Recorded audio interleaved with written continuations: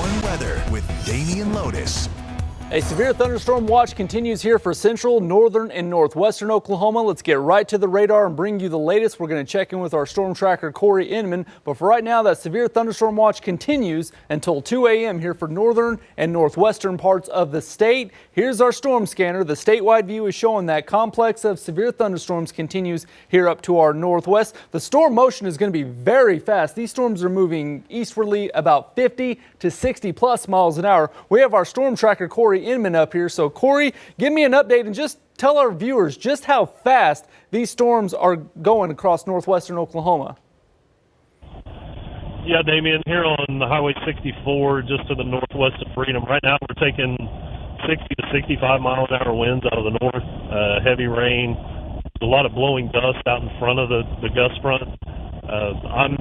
I'm doing every bit of 70 right now and having a hard time getting back out of the rain here. So the strongest winds they're kind of between me here on 64 up to the state line and punching off to the east. Strongest should stay north of Freedom, but eventually on over towards the Alva area. So these things are hauling, so people in Alva, Freedom don't have much time to get prepared before the high winds move in.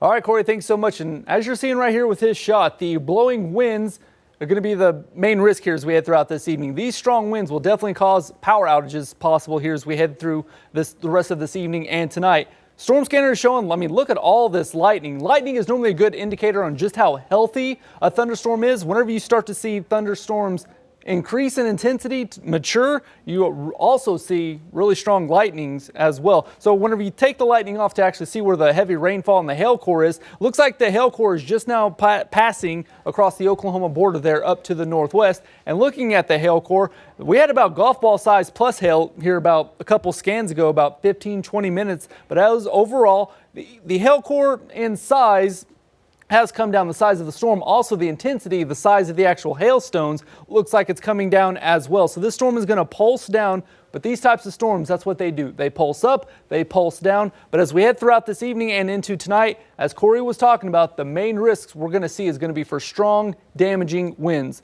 We had some of those earlier this morning across Perkins. We can see that again tonight here as we head throughout this evening. So here's the latest with the winds. The brighter the colors, the stronger the winds. And you can see this thing's lighting up like Christmas here across northern Oklahoma, just there to the northeast of Buffalo. This is that part of the storm Corey was talking about. It is racing off to the east about 60 miles an hour. And these winds right here, it's a little bit elevated from the radar tilt, but overall these winds are every bit of 50, 60, 70 miles an hour. So this is going to be a dangerous situation here for those strong winds. So this is the latest. So Buffalo about a couple miles to the northeast. That's where the strongest part of the storm is going to continue to progress there off to the east. So the statewide view is showing that yes, still these storms are going to continue primarily riding the state line here. So that's where we're going to see the primary risk of severe weather. Putting the storm track on there for you. It's going to continue to work its way easterly about 60 miles an hour. So pick your hometown and pick your time of arrival. Looks like Ponca City is going to be right around 11 p.m. So here in about another hour and a half. And future track radar is showing that by that time,